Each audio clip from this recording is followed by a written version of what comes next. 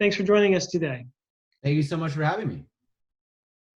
I'm happy to share a little bit about my background and my journey, and perhaps a little bit about why I wrote the book for context for listeners. So, like you mentioned, by day I'm a venture capitalist. I work for a fund called Cathay Innovation, globally focused firm that invests a third across Asia, a third North America, a third Europe. We also have a Pan-Africa venture fund, and we're affiliated with a P fund called Cathay Capital. That's my day job. I've been there for about a couple of years. Before that, I was at Omidyar Network, another globally focused venture firm, the family office, impact fund, and philanthropy of Pierre and Pam Omidyar, the founder of eBay. And I've been investing in entrepreneurs professionally most of my career, and most of the time with one foot in the valley and one foot around the world. Outside of work, I've been teaching entrepreneurship at the Middlebury Institute for International Studies, which is Middlebury College's graduate program in Monterey. And most of my students were taking my class, and my class essentially is you build a startup concept at the beginning of the year. At the end of the year, you end up pitching it to fellow venture capitalists. And many students ended up going off to launch their businesses, and they would do it, in their hometowns. I grew up in the middle of Canada, in Winnipeg. Maybe they go back to New Jersey or to, many places outside the valley, or that many of them actually moved to emerging markets. And I was getting really frustrated because I always wanted to sign my students books on entrepreneurship and on best practice on how to build startups, but invariably, everything I could share with them was very context specific. It was, how to grow very fast, how to build the leanest startup, how to build software-based things. And every time I shared something, I always felt like I had to contextualize what I was sharing with the reality of building startups in ecosystems that looked different, that had less capital, that had less depth of trained startup human capital, or that were frankly just operating in markets that face much more volatile and unpredictable macroeconomic shocks. And I believe that the best entrepreneurs operating in cities like Chicago or Detroit or Amsterdam or Nairobi or Bangalore have more in common with the best entrepreneurs in Sao Paulo than they do with those in San Francisco. And yet no one's telling their stories.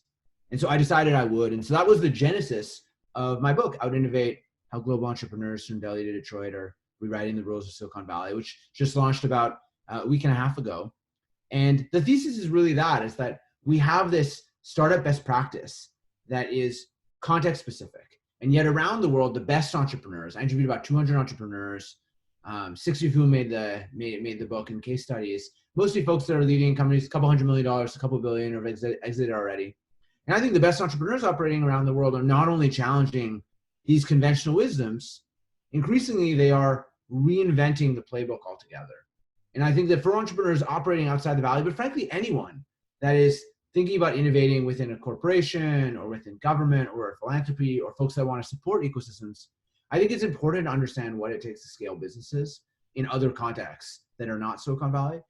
And in this exact moment in time when we're dealing with COVID and we are facing macroeconomic uncertainty and a looming recession and a pandemic, I actually think that when we're looking for solutions, if anything, best practice is not going to come from a land of abundance. It's going to be from the entrepreneurs that have been building in an ecosystem and in a context of constraints and have thrived despite that. And so that's really why I think Out Innovate is more relevant than ever today in this context. So that's a little bit about why I wrote the book and why I launched it now. That's great. Thank you for that. And again, great experience. You've seen so much. Clearly, entrepreneurs come in all shapes, stripes, from all around the world. And so clearly, some of the book outlines this, and let's talk about that, right? So you talk about how global entrepreneurs are creators rather than disruptors, right? And why don't we go through that, and then we can talk about sustainability, and then about sort of the future of distributed entrepreneurship. Yeah, absolutely. And if anything, if you think about one of the macro themes of the book is, what is it that companies are getting? What is it that entrepreneurs are building? Like, what kind of companies are they building? And another theme, which I think we'll talk about a little bit later at the macro level, is within the context of constraints, how are they doing something special and thriving as a result? And so let's start with, as you suggest, this notion of what they're building. In the Valley, I think we're obsessed with this idea of disruption, right? It isn't just semantics. In many ways, it's a philosophy. So let me explain. Where does our obsession, our focus on disruption comes from? It actually doesn't come from the technology industry. It comes from the steel industry. Clayton Christensen, a professor at Harvard, talked about disruptive innovation. And the idea was that there was these integrated steel mills that were dominating the market. And on the side, there was these little mini mills that were just trying to fulfill demand that was underserved by these big players. And over time, the little players at the edges became the dominant players and overtook the behemoths, the incumbents that were inefficient and weren't serving their customer base. This is modern day David and Goliath story that has overtaken the narrative. And it isn't just a narrative, it's actually how people choose and select the problems that they tackle. In the Valley, everyone is either disrupting or being disrupted. It's taking an incumbent industry and trying to find a new product or new process and solving with a new attitude. And that works extraordinarily well, but in many emerging markets, and so, in the book, I juxtapose places that are opposites, and I also look at markets that are a little bit closer to pull out some nuances. But if you look at many emerging markets where the context is very different, entrepreneurs are creators, and they really show us that way. And what do I mean by creators? As opposed to this notion of disruptors, I think they do three things simultaneously. One, they are offering a product or service that was previously not provided by the formal economy. Second, they're doing it for the mass market. And third, often they are the shoulders of giants upon which others build. So let me give you an example. One company I open up the book with is a company called Zola in Tanzania. And essentially what they do is they offer a solar home system for people that are off grid. So 1.2 billion people around the world have no access to energy, to power. So how do they get light? They burn kerosene. Literally, they burn jet fuel. This has a number of negative consequences. Obviously, the risk of fire, but also kind of health risks, childhood education, things like that. What Zola does, essentially, imagine 2 solar panels, a battery, a couple cell phone chargers, a radio, et cetera. They can essentially offer a modern electrical setup for a family for the first time ever. And the reason this model works is because they combine a bunch of new innovations with a business model. We can talk about it in more detail, but they are essentially creating this market. And that is, I think, the interesting juxtaposition. There's a survey by Village Capital on unicorns. Less than 20% of unicorns in the US are targeting markets like financial services, healthcare, education, agriculture. In many emerging markets, the number is the exact opposite. In sub-Saharan Africa, for instance, like the case of Zola, it's over 60%. And so it isn't this semantic difference, it's actually the problems that are getting focused on are very different. And I actually think this is a lesson that we can learn from entrepreneurs around the world. And particularly as we're coming out of this crisis that has laid bare a lot of the challenges that we face in the West and in the United States in particular. I think we have a huge opportunity to revisit what are the problems that really actually matter? What are the problems that we want to solve? A lot of my students will ask me, hey, look, like I want to launch a business. I don't know what to do. I'll often ask them, I say, look, what are you trying to achieve with your life and with the next 10 years and with your journey as an entrepreneur? And they'll invariably tell me, look, I really want to make the world a better place. And the tool by which I want to do that is through entrepreneurship. And I say, well, might as well choose one of these really big problems. Might as well choose to be a creator. I'll ask them often, I'll say, think about what entrepreneurs you most admire who are creating a new industry, who's really shaping something new. And in the United States, they'll often say, hey, look, like I can immediately think of Elon Musk or someone like that. And I say, well, cool, like name me 2 or 3 others, and they'll always struggle. But I can name dozens of folks of that caliber that are creating industries in many emerging markets. And I think that's the powerful lesson. So before we talk about how they build, I think it's important to take a moment to reflect on what is being built and what should be built, and where should we focus our efforts as a society and as entrepreneurs. And so that's why I start the book off with that chapter to level set it. Well, that's really interesting. I didn't realize that sort of flip as far as sectors, but it makes sense when sectors aren't as developed as they are and the incumbents aren't as sort of settled into the culture, society, and business environment. And so, by the way, one side thought. I think it's actually true. When you have massive market gaps to the mass market, I think it's easier to be a creator than the US. But there's 60 million Americans that don't have access to financial products and services, 80 million that don't have access to healthcare. I actually think there's opportunity to take this lens and really build massive businesses anywhere in the world. I think part of the reason I did it in the frontier, I set it up to examine it there, is those gaps are even more acute and easier to explore. Right. And I think that's an interesting point. Also, it's somewhat ironic that innovations elsewhere come here because of that fact of, they're less developed, they can leapfrog and do things first, and then it filters back here for more disruption. I think we've seen that a little bit, and you could speak to that. Yeah, it's interesting. I think historically, we used to think of places like Silicon Valley and a couple other big innovation centers coming up with an idea and then that getting copied everywhere else around the world. I believe, and I talk about this concept called the innovation supply chain, I believe that today the best ideas are coming from everywhere and are getting adapted as they go along, improving the original. So you think of the biggest mobile banking deployment in the world on small, simple feature phones is in Kenya. You think of the rise of super apps is in China. You say perhaps the largest digital bank in the world is in Brazil, Nubank. Some of the largest players in the world are outside the valley, outside the developed world, but also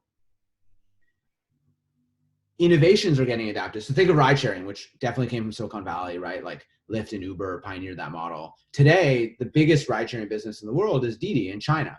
That model got adapted, for instance, in Southeast Asia by a company called Gojek. And what Gojek does is instead of taxis, it's motorcycle taxis. And part of the reason is a reflection of congestion, and those were more nimble. And part of it was just that was culturally what was already happening. And Nadeem, the CEO, when I interviewed him, talked a lot about his vision, and it was totally different than how the Valley thought about it. His vision was actually employing the drivers as an ecosystem and providing that not full employment, but full jobs throughout the day for his drivers. So his vision was in the morning, he would drive people to work. At lunch, he would deliver food. After work, he would drive people home. At night, he would deliver food. And in the middle, in between, he would deliver e-commerce packages. He would provide financial inclusion by making the drivers cash in, cash out networks. And so essentially, he created this ecosystem, this super app with Gojek, inspired in part by what was happening in China. And it's no surprise to me, by the way, that model, that innovation has now influenced how Uber works, right? Uber now has a credit card. Uber now has Uber Eats. All these things that actually emanated from its adaptation and, I believe, improvement outside the Valley as well. So absolutely, I totally agree with you. I think that's this sort of eye-opening, I think, for all of us to realize that, but it makes sense. So you talk about sustainability and resilience, and I think that's clearly one of the components of global entrepreneurship in different environments. Can you talk about that a bit more? Yeah, and certainly one that is very topical to the moment we're in as well.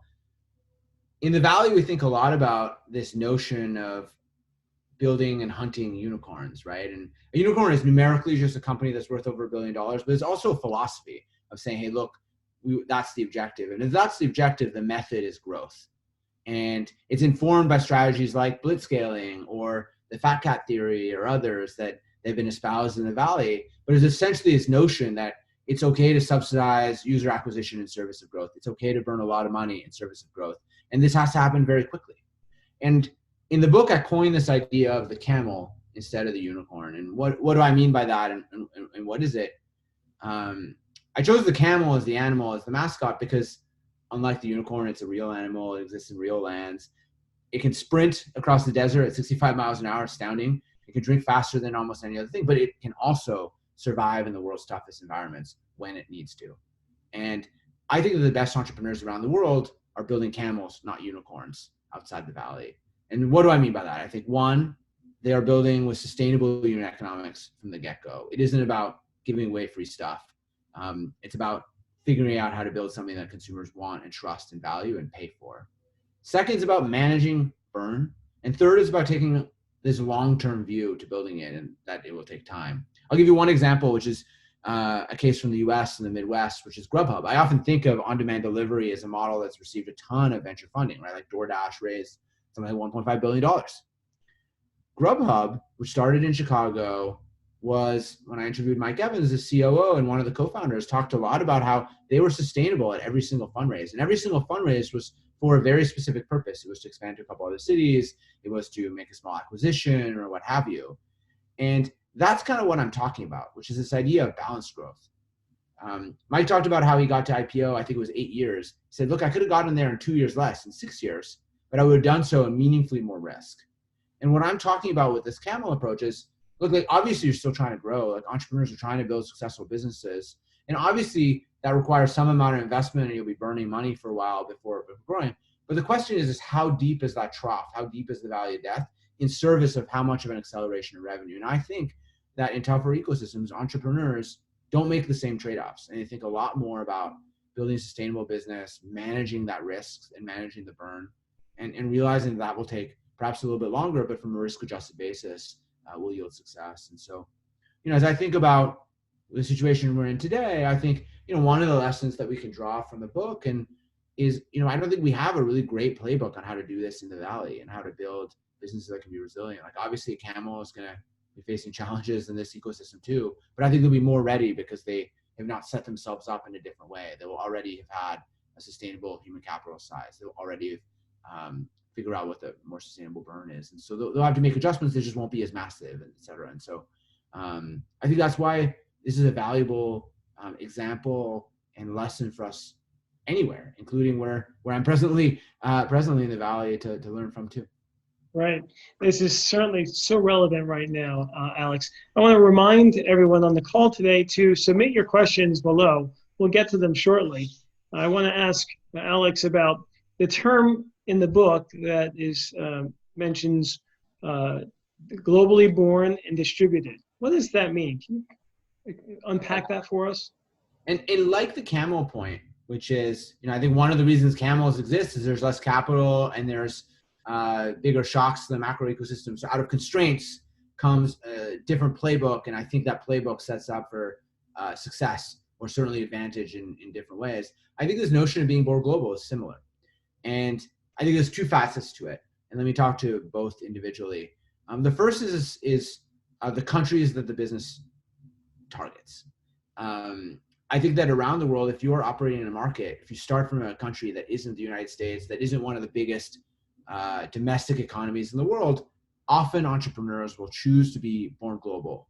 They'll choose to build a product, an organization, and a culture that can scale across borders nearly from day one. Out of the 10 unicorns in Southeast Asia, 7 of them at scale were in many other markets, across the region. And of the ones that weren't, they were in Indonesia, which is the largest market locally, has over 200 million people, right? And so in all the other markets, they had to do it. And actually, symbolically, Garena, which is the first IPO in Southeast Asia in the tech community on the New York Stock Exchange, changed its name upon IPO to SCA, which I think is to C, which I think is pretty symbolic to that theme. But the reality is, I think that is a strategy that has become crucial for operators, particularly those operating in markets that are smaller. I'll give you one example, which I think is great, and why I also think tees up entrepreneurs to be more successful globally. Is the case of UiPath, which is a business in Romania. It does robotic process automation, so essentially automating repetitive white-collar tasks in the office, like you're taking something from one database, entering in something else, right, and using ML to solve it. They started in Romania, and when I interviewed Daniel, the CEO, he talked a lot about the fact that they were based in Romania forced them to think from the beginning on how to be global. And that was one of the reasons that they succeeded. So they had to build a culture, a product, and an organization that could succeed in any market.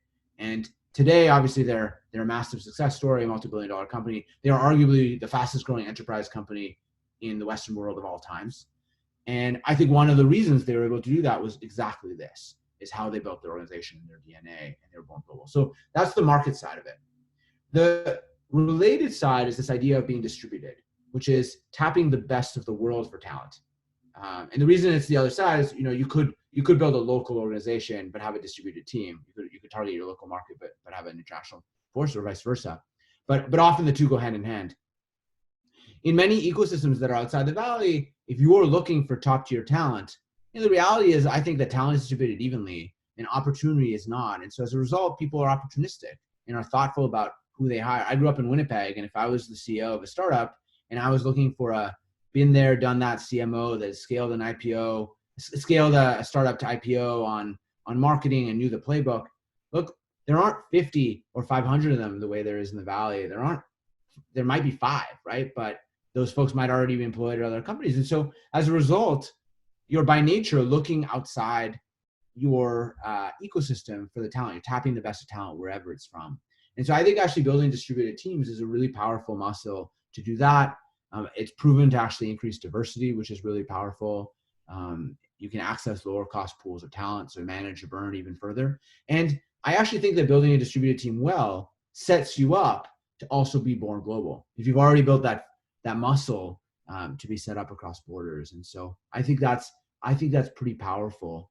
And it's no surprise to me that, obviously being remote and fully work from home is the extreme version of being distributed, right? Of having many offices. But it's no surprise to me that the best companies, at least in the United States, that being remote are companies that are built outside the valley, right? Think of Basecamp in Chicago or Zapier out of Missouri.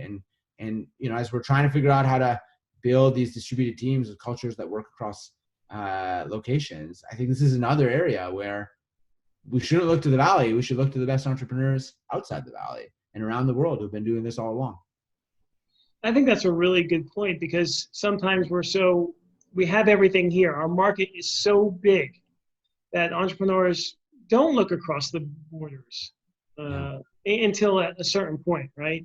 Whereas we're sort of spoiled in a way, and entrepreneurs are spoiled, entitled to this great, robust consumption society. But I think you make a really fair point. And by the way, this is kind of a good example where the book is not a recipe. It isn't A, B, C, and then you'll get Z. It's much more of a menu, right?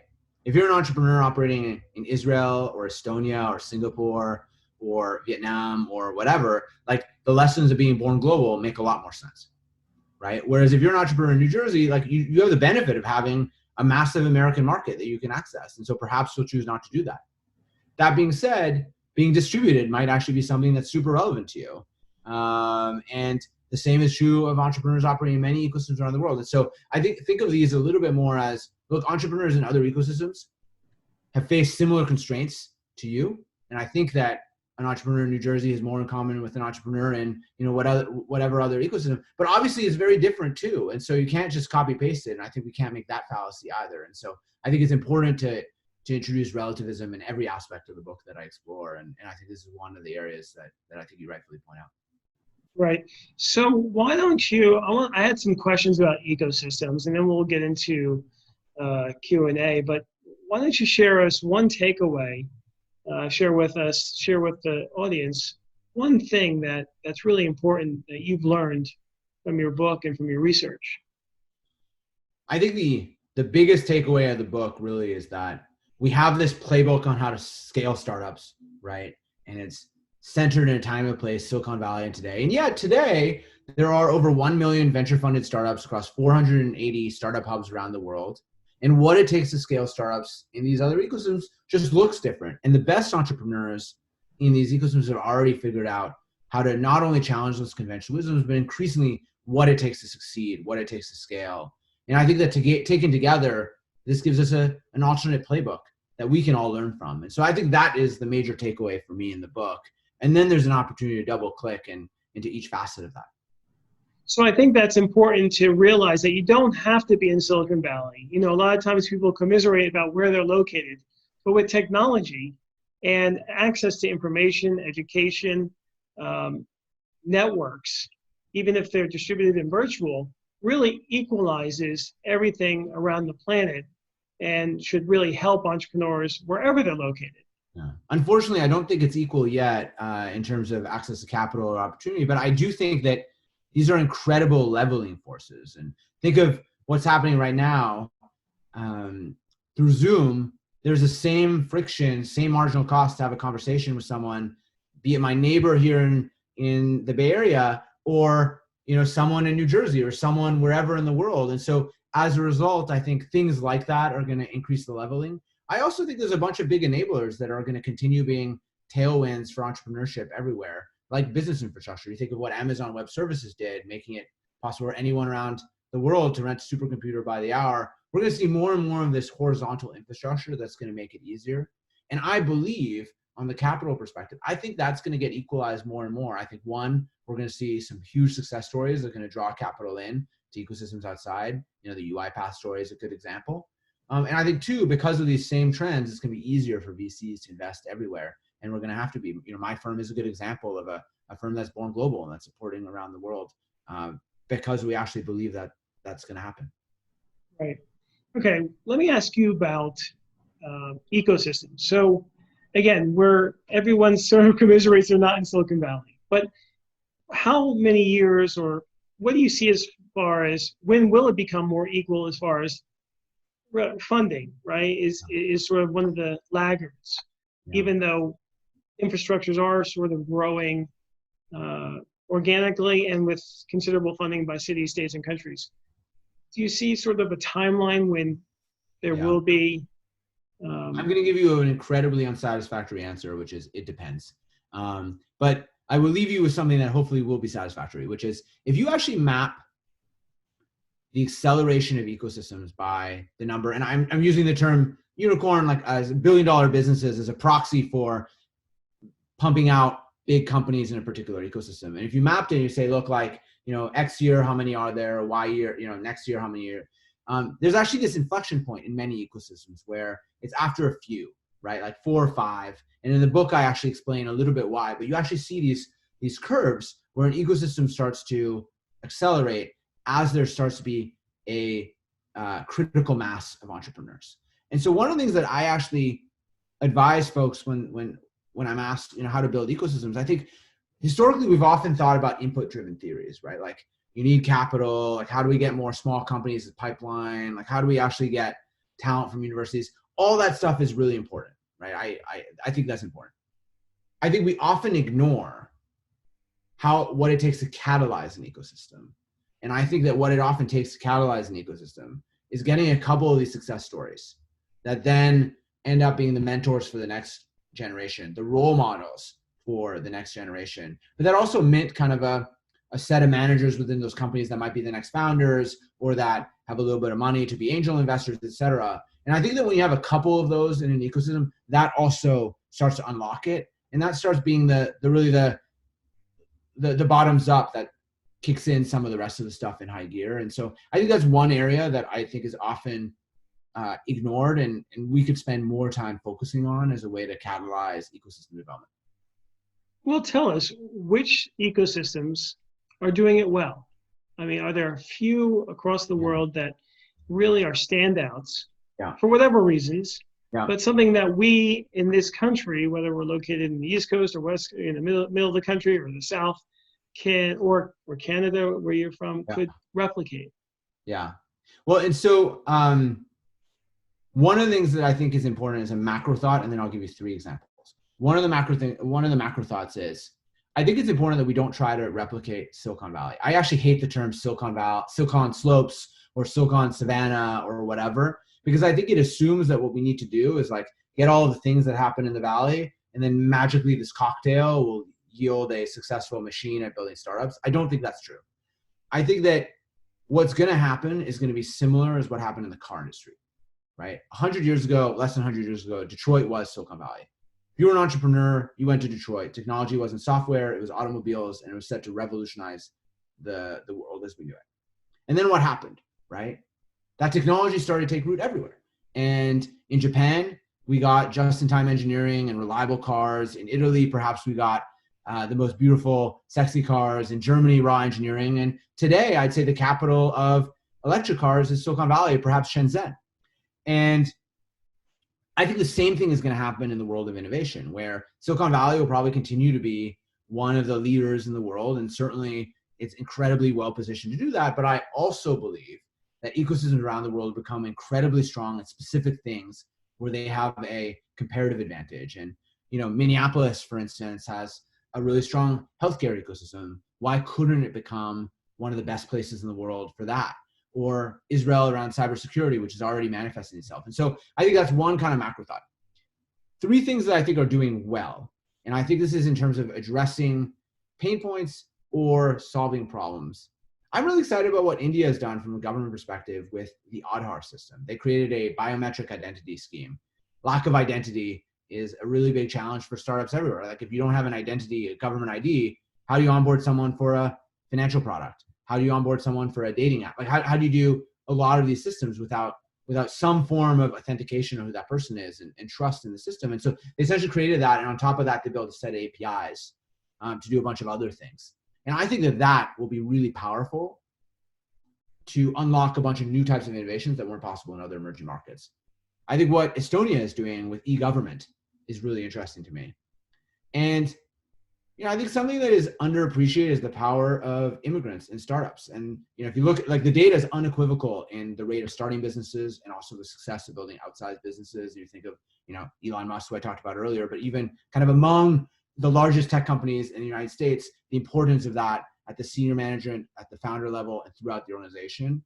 And I actually think we have an opportunity to really capitalize on that as a country. And I'm nervous about some of that for reasons that are obvious. But I think Canada's done an incredible job on that with the technology visa program and allowing folks to come and work at startups, et cetera. And so I think that's kind of something that is kind of input into the startup ecosystem in the innovation industry, and I think rises all boats in my view, and something that I think from the policy level is really powerful. Yeah, I think that's well pointed out and well documented, and we just have to remind ourselves that the importance of immigrants and immigration is vital to our success, short, medium, and long term. So let me get to some questions here, Alex. So the first one came from George. He said, anticipating the post-coronavirus world when capital efficiency will be a top priority, what are the likely sectors that will attract investments in advanced as well as emerging economies? And how are the camels going to look like in these sectors? That's a mouthful. So maybe make sure I understand. So which sectors post-crisis will attract the most capital, essentially? Essentially, yes. Yeah. And all the hard questions, by the way, I'll just throw at you, if that's okay. Not this one's not hard. So, it's really interesting. I'm personally really interested in tech that has social impact and that also builds fabulous businesses. And one of the things that I think is happening right now, and this is perhaps, I'm a venture capitalist, so I'm perennially optimistic about everything. And so the way I will be optimistic in this situation is to say, look, this crisis has laid bare some of our failings as a society, and shown us the gaps that we have. And I think in those gaps, I think we have massive opportunities. And my hope is that we are going to see renewed vigor towards solving what are problems that really matter and that are really big opportunities. And there's a reason they're intractable. They're intractable because they're hard. But I think there's a lot of reasons why all of a sudden we can do things that we couldn't before. The Zola example is one where that problem could not have been solved before, but a couple of things happened to make it possible. One is mobile banking took off in East Africa. Two is the price of solar panels went down. Three is there was some amount of alternative data credit scoring that was happening. And four is kind of entrepreneurs that are willing to repackage it. So what did they do, right? They created a pay-as-you-go, essentially a bundled a loan into a energy product. And essentially it combined a microfinance thing into a hardware product, and something that people couldn't afford upfront, all of a sudden they could pay a day, a week, a month at a time. It transformed it into daily, monthly variable payment that matched what they were already doing with kerosene. And that wasn't possible without those three innovations at the same time. And I actually think we have an opportunity to rethink how to solve some of the biggest problems with some of these tools that weren't available to us a little while ago. And so that's my hope of the kind of businesses that get solved. And that's probably unsatisfactorily specific on the exact business models. But I'm hopeful that we'll see more things in fintech and financial inclusion and healthcare and education, in some of these massive thorny areas where I think we have a huge opportunity to build great businesses. And I think we'll see more of them. And I think we're going to do it using the camel-like philosophy, coming out and being reminded by the context. And I think, the way that manifests itself in each business is very, very specific or germane to that specific business model. So rather than provide generalizations on it, I'll just say, look, at the high level, I think it would be based on the principles that I outlined earlier around business model, around thinking about burn and thinking about longevity, et cetera. So, but happy to dive deeper on case studies. Well, Alex, some pundits specifically talk about the strength of the big tech companies, FAMGA, right? That they'll get so strong after this recession is behind us that they will crowd out innovation or entrepreneurs or smaller companies or gobble them up. Is that something that bothers you or worries you in any way? Certainly, there are really big network effects to a lot of this stuff, and there's a really big capital moat as well in certain of these things. And so those things are worrying. I will say the other side of the story is that I think it's never been cheaper to start a business. It's never been easier to launch a startup. And we talked about some of those drivers like cloud computing and et cetera, et cetera. And also, I think that venture capital has proven itself to be an asset class that is attracted a lot of investors. I think that's not going away. I think that it's uncorrelated or semi-correlated to the financial markets in the sense that in the earliest term, if you're backing an entrepreneur, you're really dependent on whether or not an entrepreneur is executing or not, and less dependent on the day-to-day vagaries of the stock market. And so I think we're going to continue seeing venture capital as an asset class continue over the long term. And three is, I think the technology is changing so much, and there's going to be some big disruptions that will continue and that are going to show opportunities. And I think that the nimble player is still going to have a chance. And I think entrepreneurship is never easy. I think it's the hardest thing in the world, and I think some parts of it are going to become harder. But I also think we're going to see some opportunities come out of it too. So I think, like my answer before, it depends. But I actually, I'm voting with my feet, right? I'm continuing to be a venture capitalist, and I continue to back entrepreneurs because I genuinely believe there's a big opportunity to continue to be. Okay, let's move on to the next question. This one's a little, we mentioned this before about the hurdles of legacy systems that are present in the Western world. And whereas those legacy or bureaucracy or sort of mature markets are very different here in the West and in other regions of the world. So does that mean that you really can't compare,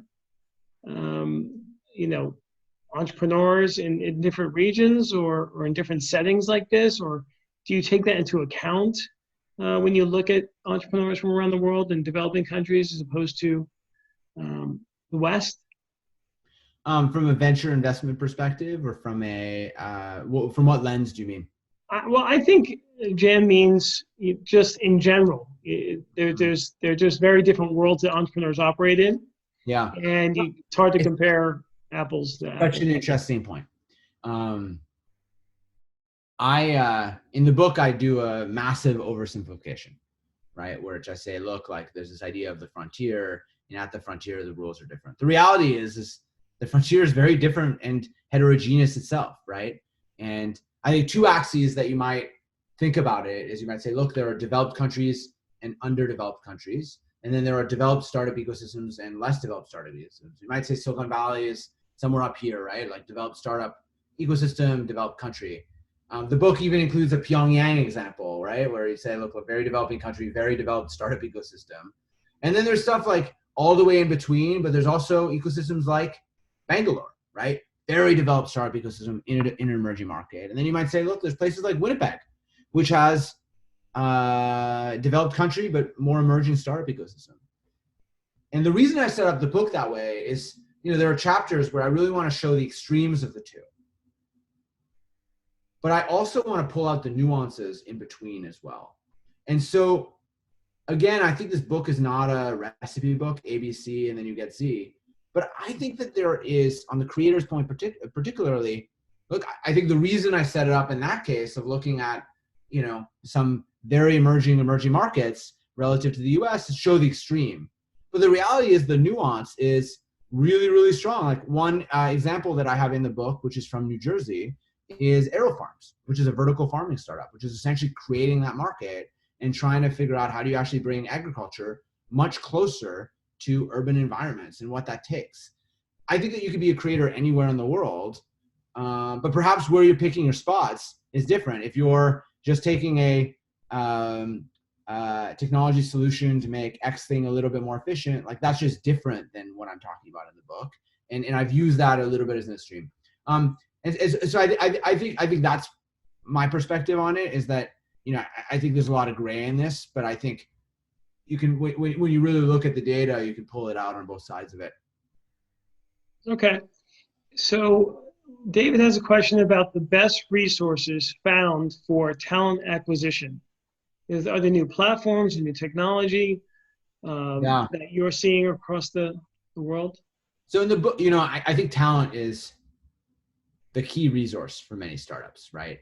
I think there's three main inputs. One is, what's the business model innovation? Two is potentially capital, and three is talent. And in many ecosystems, people are thinking creatively about how to build their startup. And in the book, I explore a couple innovations across three areas. And one is, how do you think about pipeline development? Second is, how do you think about rewarding folks? And third is, how do you actually think about growing your talent? The reason I mention that is actually, I think the whole pipeline is rethought, where people are thinking, how do I actually look beyond just the traditional resume filtering approach and create my pipeline? So one company in the book, Shopify, I explore, which is a really big company based in Canada in the e-commerce space.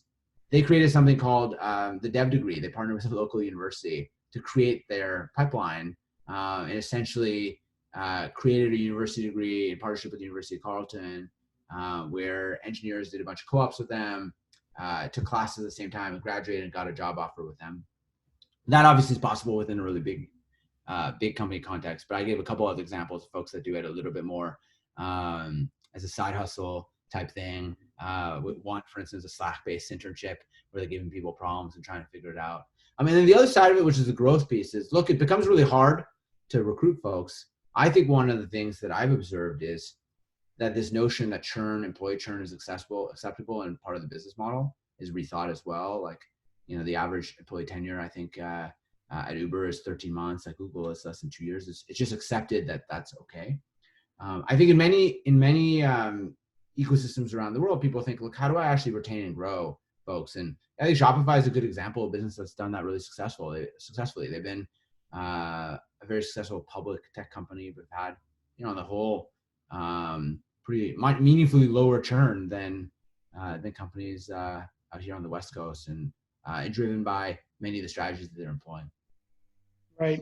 So I was just listening to Tim Ferriss talk about Shopify, and one of the things he says is that we still only buy a very small percentage of our goods online, and that's going to change drastically as it has already. He was comparing it to China, where it's like 75% online now, or some really big number like that. And he said Shopify is very well positioned to grow during and post coronavirus. So I thought that was. And by the way, like, Shopify doesn't sell things to people directly, right? Shopify is a great example of a tool that makes it meaningfully easier for entrepreneurs around the country and around the world to launch businesses, because all of a sudden they can have e-commerce experience that rivals some of the best players around the world by signing up to that platform. And so I think that's kind of a really nice example of a business that's going to facilitate and encourage entrepreneurship, at least that form of e-commerce based entrepreneurship, in a meaningful way. Yeah, it's a great home country favorite from Canada. I actually grew up I call Winnipeg home, but I lived in Ottawa for a long time. So it technically is a hometown company. Okay. We have a question from Hori about the, when you invest in global companies, what are you looking for as far as their teams, the markets, as compared to if you were looking at a company domestically? Yeah. Well, and so I think it depends which dimension of global we're thinking about, right? Which is the multi-market versus distributed teams. I'm kind of assuming it's the latter around the team potentially. I think from a company fundamentals perspective, my view is all the other stuff is, you look at it the same, right? Like, it has to have a TAM that makes sense for the company. They have to have a go-to-market motion that works. They have to have all this, like, from an investment lens, like, all those same things are true. Building a distributed team, I think, is harder, but it also has advantages, and the advantages I outlined. But I really want to understand if they've been able to do that effectively. Like, how's the culture? How do people work together? How does that work? Are people close? How's employee churn? Like, are people leaving? Are people happy? How's communication? And that's hard to assess, right? But my view is, with every entrepreneur I spend time with, I try to spend a lot of time kind of building a personal rapport and connection, but also I meet the entire management team. And you kind of, like, after you do a bunch of meetings with folks, you can kind of understand what the culture is in an organization and get a feel for it. Is that something I try to understand when I'm investing in a startup, distributor or not, but I probably spend even more time on it, particularly with the folks that might be away from the head office, et cetera, to really understand, are they happy, why they chose to come there, why they're excited to be there, et cetera. I try to invest the time to understand that, because I think that's important from a venture lens to be able to assess. That's great. One more question, Alex. John asks, what is the startup that you are most proud of, that you've invested in, most successful maybe, or maybe just proud of? And then also, what is Cathay's most successful exit? Okay.